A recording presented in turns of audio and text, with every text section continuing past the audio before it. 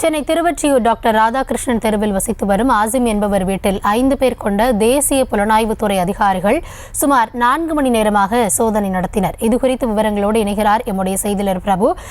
வணக்கம். என்ன காரணத்தால் இந்த சோதனை நடைபெற்றது? சோதனையில் ஏதாவது ஆவணங்கள் கைப்பற்றப்பட்டதா? என்ன கூடுதல் விவரம்?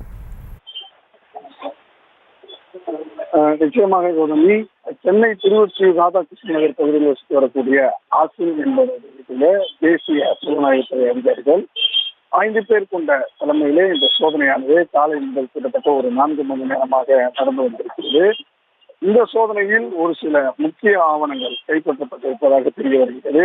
அதாவது கர்நாடகா பாஜக பிரமுகர் பிரவீன் நட்டாவை கொலை 2022 நடந்திருக்கிறது.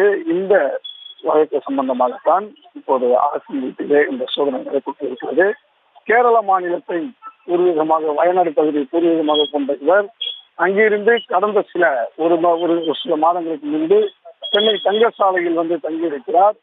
ஒரு வாரமாக தேசிய அதிகாரிகள் அந்த பகுதியில் தேர்தல் ஏற்படும் நிலையில் அங்கிருந்து வீடு பார்க்கப்பட்டு சமீபத்திற்கு 1 மாதத்திற்கு முன்பதாக திருவொற்றியூர் இந்த ராதாகிருஷ்ணன் பகுதிக்கு வந்ததாக தெரிய வருகிறது. இதையடுத்து அவரது வீட்டிற்கு வந்த 5 பேர் கொண்ட அதிகாரிகள், துப்பாக்கி ஏந்திய போலீசாரோடு வந்த அதிகாரிகள் 4 மணி நேரமாக சோதனை செய்திருக்கிறார்கள்.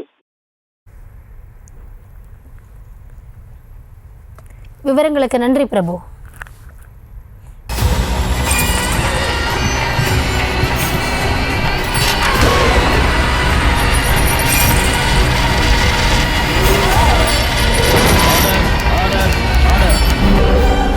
குற்றங்களின் மறுபரிமாணம் நிகழ்தகவு நமது நியூஸ் தமிழ் தொலைக்காட்சியில் விரைவில்.